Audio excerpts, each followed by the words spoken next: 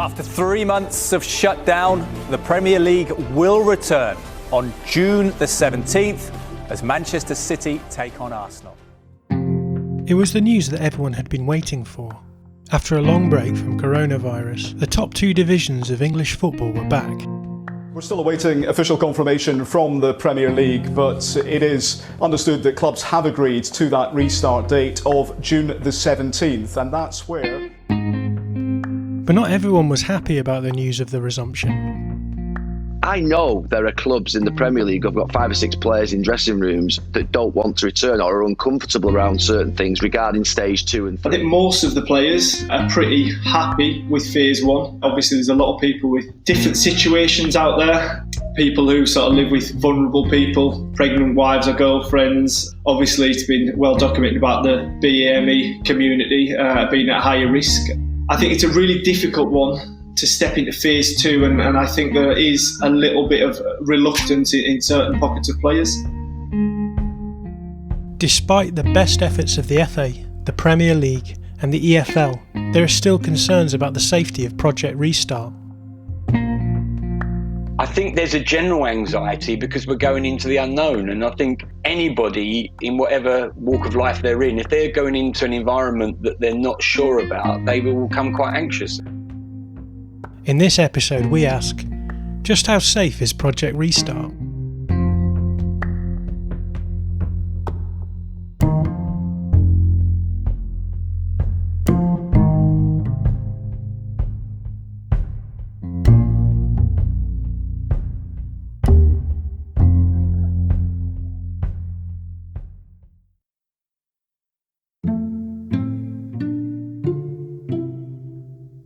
In order to get some insight into the safety protocols surrounding Project Restart, I spoke to Alex Benham, a PhD student at the University of Oxford whose studies focus on public health and the history of pandemics.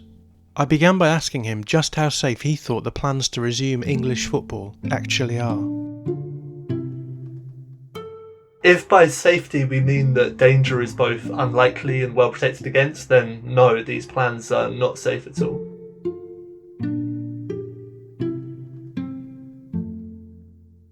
I want to go back to talk about the Bundesliga first, because the Bundesliga has been back since the 16th of May. How successful would you say their return has been from a safety perspective? Well, it's hard to say if something has been a success in terms of safety until the danger has actually passed. Each team still has 4 fixtures to go, so we still don't entirely know whether it's been a success. However, it was always relatively safe for the Bundesliga to come back, and that's not so much because the Bundesliga has enacted a perfect set of protections, but more because the danger of new infections is much lower in Germany as a whole. What would you say are the important points we learned from the Bundesliga about how to successfully start a league in the age of coronavirus? There's a whole load of protections the Bundesliga has enacted. Testing, quarantining, distancing, disinfecting, etc. For me, however, the single most important factor in the success of the Bundesliga's restart is the national context. When the Bundesliga returned, there were about 1,000 new infections a day in Germany. In the UK at the moment, that figure is around 11,000. Germany has suppressed the virus through a comprehensive test and trace system, but the UK system, meanwhile, may not be fully functioning until September. This will be an imperfect service at launch that we will improve over time and make world-class by the time that we are moving towards the September-October timeframe. Since the start of the pandemic, about 0.7% of Germany's population have been infected with coronavirus. In the UK, that figure is 2.7%. So the biggest single lesson from Germany is that the virus must be suppressed on a national level so that the protective measures of the league can function as a safety net against a minor risk, not as the first line of defence against a major threat.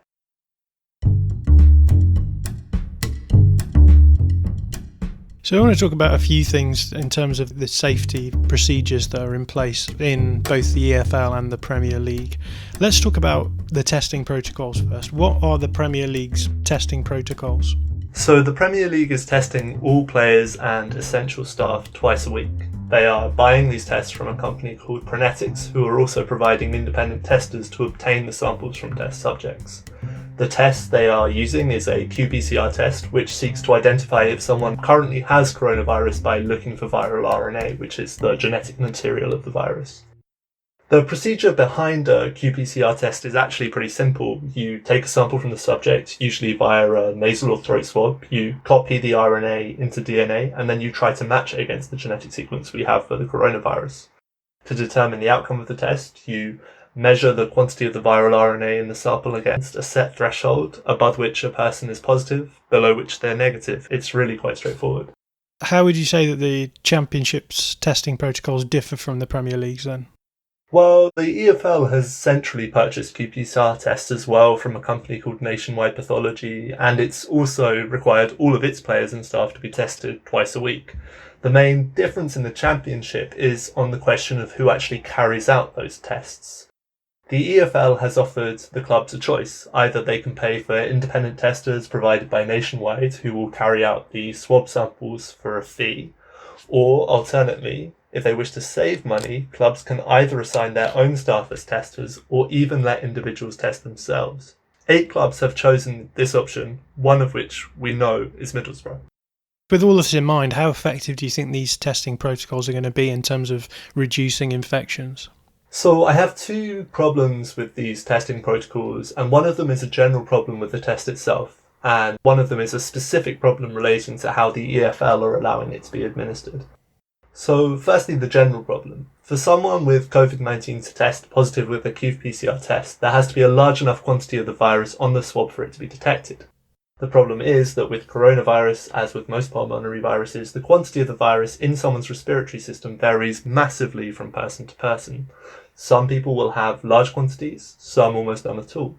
The quantity also varies according to the stage of the infection that person is at, so most importantly, some people will only have a detectable quantity of the virus in their system for a few days after the beginning of the infection. So this is one of the reasons the qPCR test for coronavirus can have a higher false negative test rate, which is to say a higher rate of missing the virus even though someone has the infection.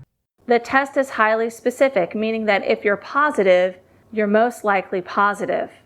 However, the tests we found have not been very sensitive, meaning that if you're negative, it may be falsely negative 10 to 30% of the time.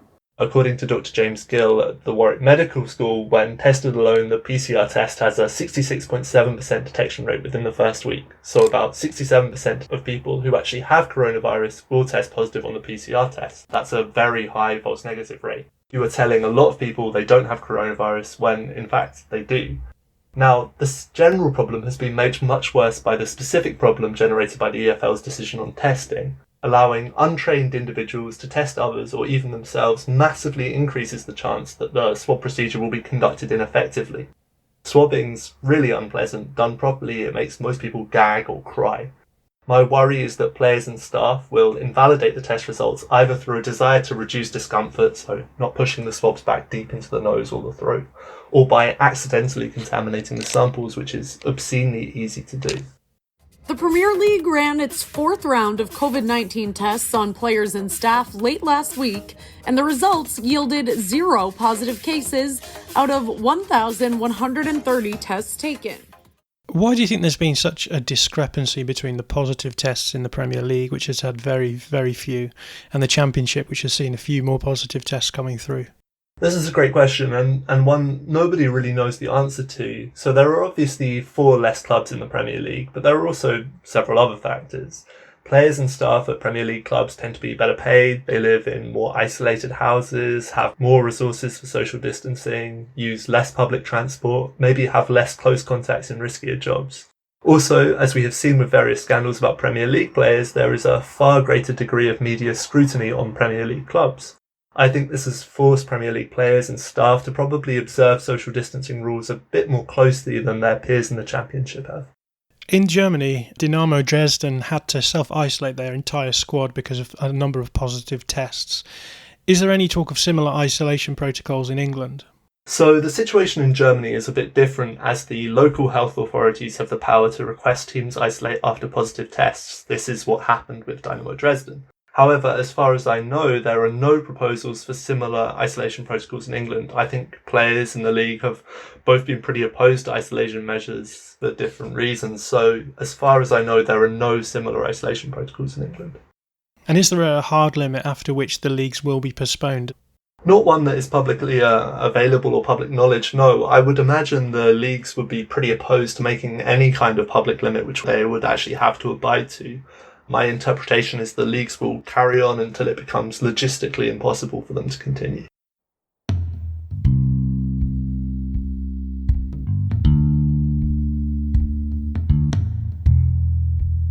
What about the social distancing measures proposed by the leagues? Could you talk us through these? The Premier League has a whole range of social distancing measures in place to try and limit the amount of close contact between players and staff. Key to this is the Premier League's COVID-19 risk management system. This is a coloured-coded scale which ascribes points to different training activities based on their supposed riskiness. So, for example, a simple 9-minute warm-up in a large space with 18 players will be worth 2 points. An attack versus defence exercise, on the other hand, with more players on a small space for a longer period would, of course, be a much higher risk and would be awarded 12 points. The aim is to put together training sessions that accumulate no more than 39 points, a total which is green on the scale, low risk. A total of more than 60 points in a training session is strongly cautioned against, as it would be red, very high risk. This will be policed by the Premier League through GPS data, video material and random spot checks. And the Championship has similar protocols, though I believe they are less rigorous and less comprehensively policed.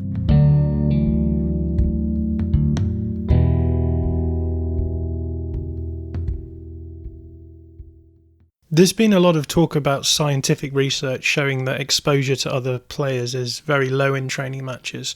How do you read these scientific papers? The Premier League saw a study from Aarhus University in Denmark on this subject, and then it actually commissioned its own research, which is from an American data tracking company called Second Spectrum. Analysing the 288 matches so far, they estimated that if one player on the pitch were to have the virus, the other players would each only be within an infectious distance for an average of just 39 seconds during a match. Now, to me, this data isn't that useful because it's not looking at the riskiest element, which is training. The riskiest element isn't the exercises or activities in training, but all of the informal interactions you get around them. So players messing around together, one-on-one conversations, staff holding quick, close conflabs. These are unquantified and highly risky activities which the Premier League is not surveilling as part of its risk management system. Coronavirus does not discriminate, but it does appear that a disproportionate number of people from ethnic minority backgrounds are dying from the virus. You've also been outspoken in highlighting the disproportionate impact that COVID-19 has on BAME people from a Black, Asian or minority ethnic background. Can you explain that concern? It's a fact that COVID-19 deaths are twice as high for BME people as they are for white people in Britain, and almost 4 times as high for those from a Black, British, African background. There are 2 predominant causes of this increased vulnerability. Firstly, BME people are overrepresented in the riskiest jobs. A third of all working-age Black Africans are employed in key worker roles, 50% more than the share of the white British population. It's also worth noting that Pakistani, Indian and Black African men are respectively 90%, 150% and 310% more likely to work in healthcare than white British men. This goes all the way back to the end of the Empire, the deliberate recruitment of Commonwealth migrants to the NHS and Transport for London and so on. Secondly, BME people suffer the effects of structural racism. As well as more risky jobs, BME people have poorer housing with more overcrowding in areas with more pollution and less access to green space. These contribute to a particular prevalence of underlying health conditions amongst those with a Bangladeshi, Pakistani or Black Caribbean background. And how would you say that then applies to English football's restart? How much danger would you say there is there? Well, it's unsurprising that Black players from working class backgrounds like Deeney, Kante, Willian, Rose, Sterling have been most public about their concerns with Project Restart. They are from the most at-risk group. Their friends and families are more likely to have underlying health conditions than white players and are more likely to be key workers. I mean, let's not forget that Sterling's mother used to work as a cleaner, as did Kante's mother, as did William's mother. I wonder what you think when the government's brought out this report saying that Black and ethnic minority people are more vulnerable to COVID-19, to coronavirus. And your mum's a director of a care home, isn't she? I just wonder if it's brought things very close to home, hearing that. Yeah, it's one of those where it is scary to think why it's of more risk And, from the stats that I've seen, it's affected more black people than anybody else, not just BAME communities. So, yeah, it is scary. Their immediate families used to do these jobs, some of their extended families still do. And these players are more likely to have been exposed to tragedy. Sterling has lost family members to coronavirus, as has many of his friends. So there's a direct personal consequence to BME players in the Premier League and in the Championship as well from coronavirus. But more importantly, there's a direct medical risk to these players, and they are standing at the moment to be most at threat within football's restart.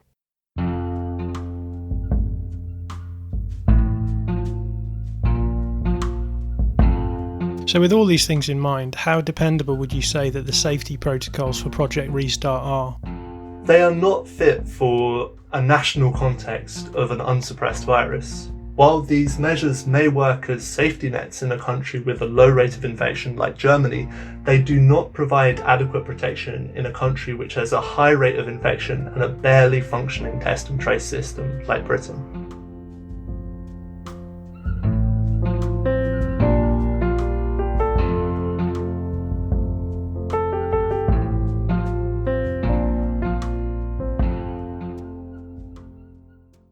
Are you a fan of Football Today? Why not support the show and sign up to our new Patreon page? You'll get access to bonus episodes, full and unedited interviews, and lots more extra content. To join us, just visit patreon.com and search for Football Today. Now back to today's episode.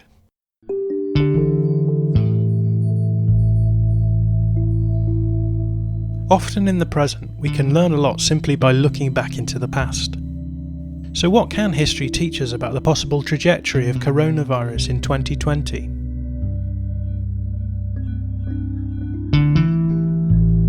You're a historian of pandemics.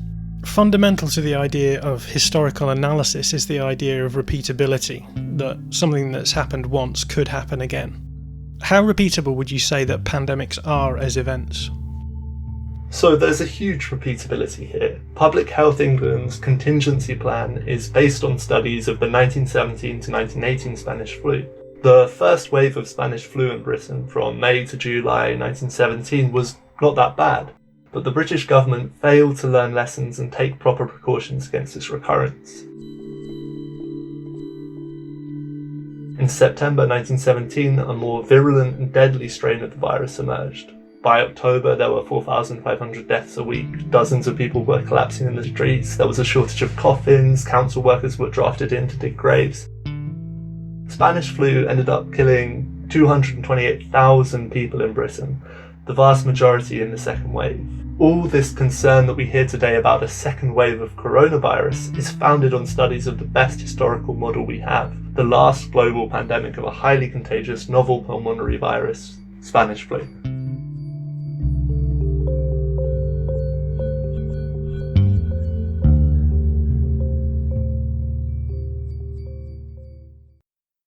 Your current research focuses on three pandemics. There's the bubonic plague in India at the end of the 19th century, tuberculosis in Birmingham in the 1960s, and the AIDS crisis in the 80s and 90s. What would you say are the points of intersection between these three pandemics and the coronavirus that we're living through now?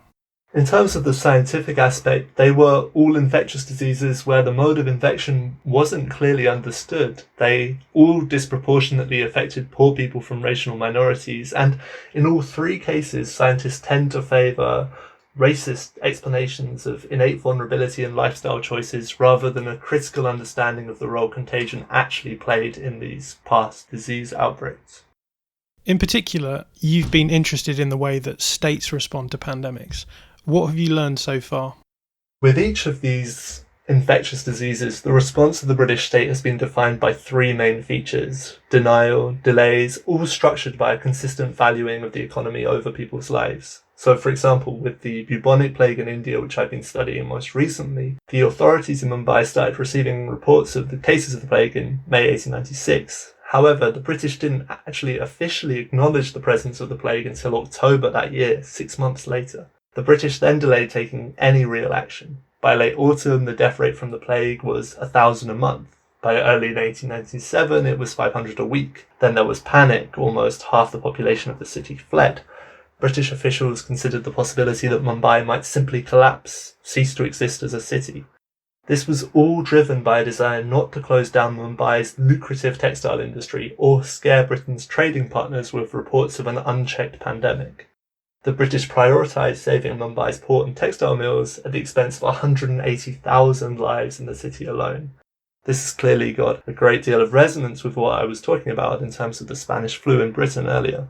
So how would you say that these tendencies then can be mapped onto our own states dealing with the current pandemic?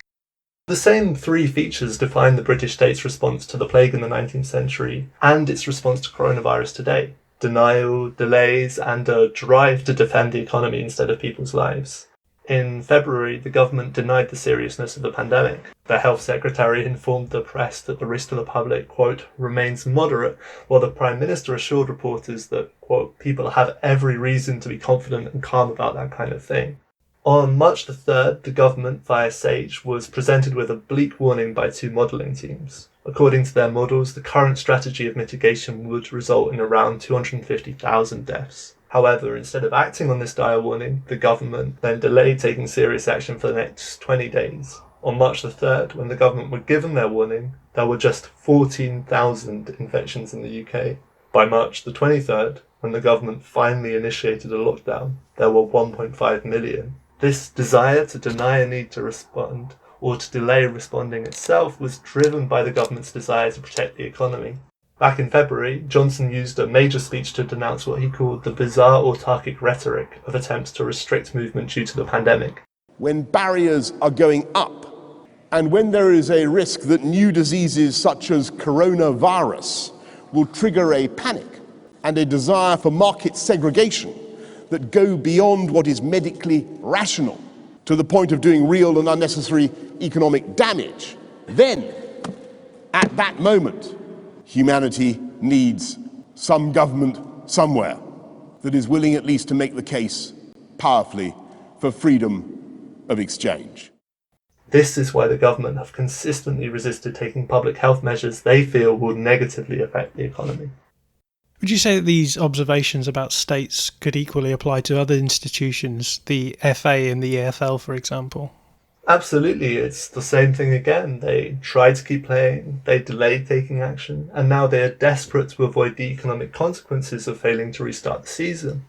The Premier League and the EFL are willing to risk the health of players and staff so as to limit the risk to their own financial security. Perhaps until recently, Spanish flu has been what some people call a forgotten pandemic. But it was a huge global calamity. In terms of the number of deaths, we're saying 50 to 100 million, far greater than the casualties of the First World War. When it comes to football and pandemics, the best example we have from history is the 1917-18 flu pandemic. How did this pandemic impact football? In 1917, the league and the cup were obviously suspended due to World War I, but regional leagues continued. So in London, Chelsea were playing 3 home games in the space of November 1917 alone, at the height of the pandemic, against 3 teams, against Brentford, Millwall and Tottenham, each time with more than 10,000 people at Stamford Bridge. The same month, the local area saw 100 deaths from influenza. Football certainly seemed to play a role in transmission. At Chelsea, 2 players, Logan and Ford, both contracted the disease, as did 2 of the club's vice presidents, Hayes Fisher and Johnson Hicks. Elsewhere, footballers had begun to die. Angus Douglas, the former Chelsea outside right, Jack Allen, a forward for Nottingham Forest, and John Patterson, a winger for Doncaster Rovers. All were under the age of 35 when they died. Douglas was just 29. Even more tragically, Douglas's wife also died of the virus, leaving their daughter orphaned. In the midst of all of this terrible suffering, in January 1919, the FA decided to prepare for resuming the league proper in August. Do you think that a similar trajectory could follow with Project Restart? I'd be amazed if we get through the rest of the season without a cluster of cases developing at a club. The chance of players or staff with coronavirus slipping through the safety net is sadly sizable. We are starting to realise the pandemic is largely the product of super-spreading events, that one person spreads the virus to dozens more. As normality returned to Germany on May the 6th, around 100 people were infected with COVID-19 at an evangelical church service in Frankfurt. A few days later, in Lower Saxony, around 20 customers at a small restaurant became infected in a single spreading event. Research from the London School of Hygiene and Tropical Medicine suggests that actually around 80% of infections are caused by only 10% of carriers. So think of a group of footballers who have been told they are all negative, but one of those tests was actually wrong, and one player is actually positive. One case can become 8 in the space of 9 days. After 21, it can be 128. The thing about coronavirus is that in less than 9 weeks, one case can infect 1 million people. Football is playing with wildfire. So back in 1917 and 18, would you say that mistakes were made by the governing authorities?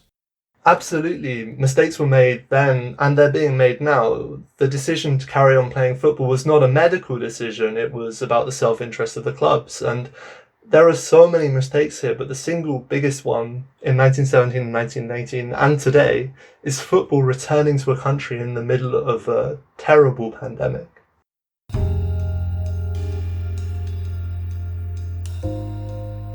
So, with everything that we've talked about, what would you say is the worst case scenario for Project Restart?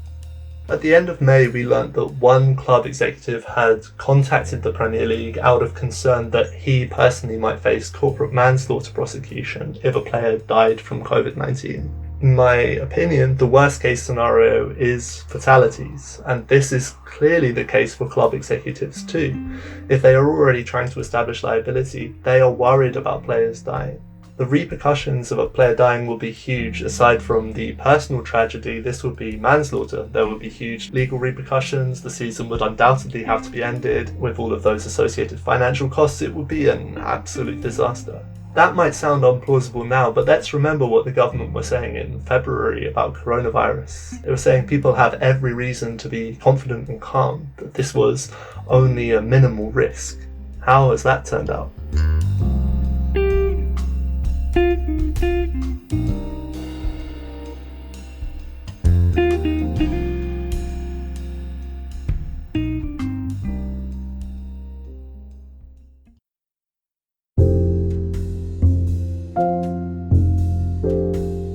Alex Benham is a PhD student at the University of Oxford. This episode was produced by Josh Schneiderweiler. I'm John Mackenzie. Thanks for listening to Football Today. If you like this podcast, why not subscribe to our Patreon and get a raft of bonus material? Or, if you can't spare the cash, why not help us out by sharing an episode with a friend? See you next time.